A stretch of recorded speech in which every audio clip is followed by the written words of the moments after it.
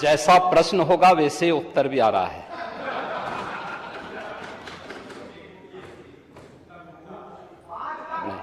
शांति सुनिए। प्रश्न ही उल्टा था तो उस उल्टे प्रश्न को सही करने का प्रयास हुआ है। और अभी तो आपने आधा ही उत्तर सुना है। पूरा सुनेंगे तो संभवतः पिछला इतिहास याद आने लग जाएगा।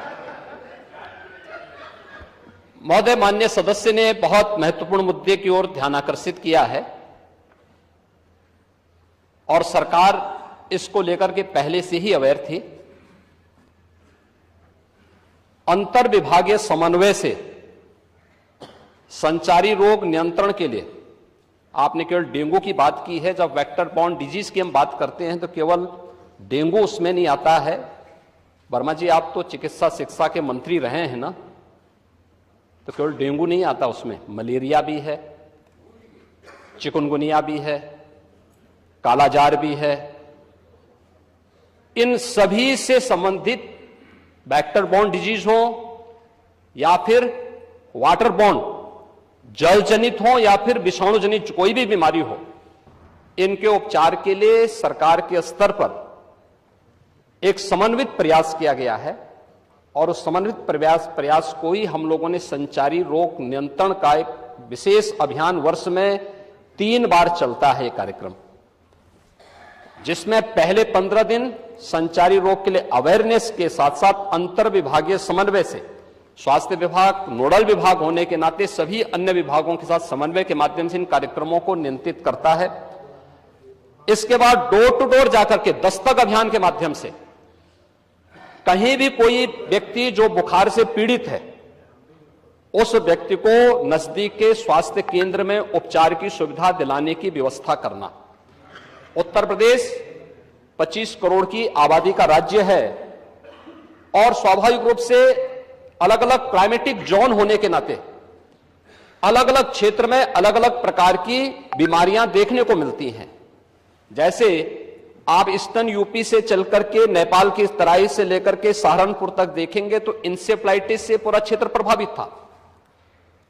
अगर आप बरेली और बदायूं और उसके आसपास के क्षेत्र को देखेंगे तो ये क्षेत्र मलेरिया से ज्यादा संक्रमित रहता था। वाराणसी से लेकर के प्रयागराज, लखनऊ, कानपुर होते हुए अगर आप फिरोजाबाद, आगरा तक पहुंचेंगे तो ये पूरा क्षेत्र डेंगू से प्रभावित है।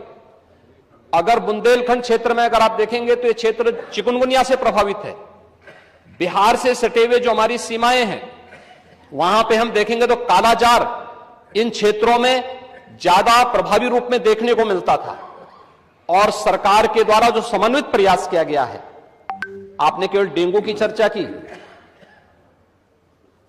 बीमारी डेंगू पूरी तरह नियंत्रण में है और सरकार के द्वारा समय पर उठाए गए कदमों का परिणाम था। एक प्रकार का ये फ्लू हो गया है, फ्लू है, आता है, इसका एक अपना एक साइकिल इसका होता है। लेकिन मुझे आश्चर्य होता है कि जो सदस्य यहां पे प्रश्न उठा रहे थे, आप एक बहुत सीनियर सदस्य हैं, वो तो जब चिल्ला रहे थे तो मुझे उनके स्वास्थ्य की भी चिंता हो रही थी, रविदास मल्होत्रा जी की। उसको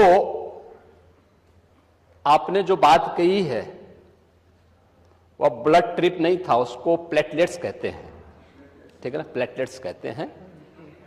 और वह पर्याप्त मात्रा में हर जनपद में आज के दिन पे उपलब्ध है।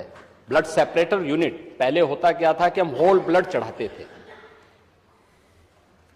हर एक पेशेंट पे होल ब्लड की आवश्यकता नहीं, खासतौर पर वायरल जनित जो ये बीमारियां होती हैं जिसमें डेंगू है या बहुत सारे ऐसे वायरस आते हैं जो प्लेटलेट्स काउंट को कम करती हैं। उन स्थितियों में प्लेटलेट्स की अतिरिक्त आपूर्ति के लिए उस व्यक्ति को उसको बाहर से चढ़ानी पड़ती है। इसके लिए हर जनपद में ब्लड सेपरेटर यूनिट दी जा चुकी है, वे काम करनी शुरू की है। वहां पे हर जगह सरकार के स्तर पर बेहतर प्रयास हुआ है।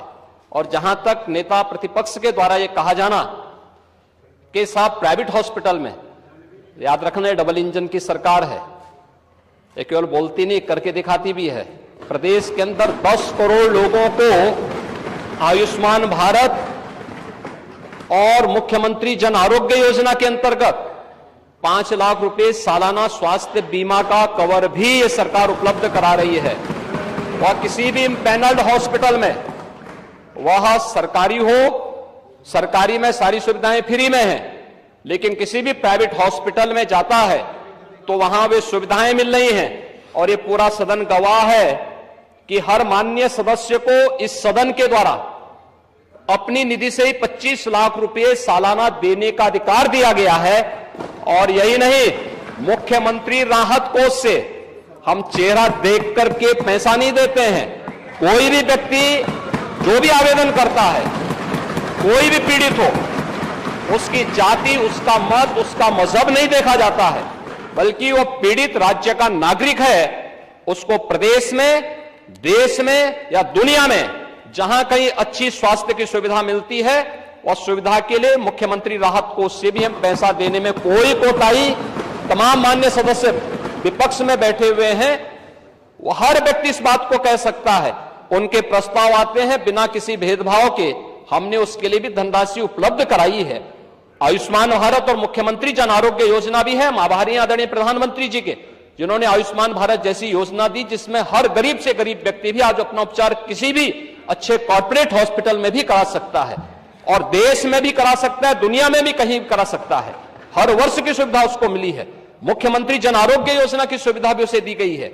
इसके अलावा माननीय विधायकों को भी 25 लाख रुपए तक खर्च करने का अधिकार दिया गया है, और इसके साथ ही मुख्यमंत्री राहत कोष भी उसके लिए उपलब्ध है। इसलिए समस्या केवल इस बात की नहीं कि हम समस्या के समाधान की ओर जाएं, समस्या केवल हर मुद्दे का राजनीतिकरण करके समाज में अव्यवस्था पैदा करना, लोगों में असंतोष पैदा करने का जो कुत्सित प्रयास किया जाता है, वह तो कोरोना कालखंड में भी लोगों ने देख लिया था, जब आप लोग बहका रहे थे लोगों को कि वैक्सीन मत लगाना, ये मोदी वैक्सीन है, और लोगों को गुमराह कर रहे थे।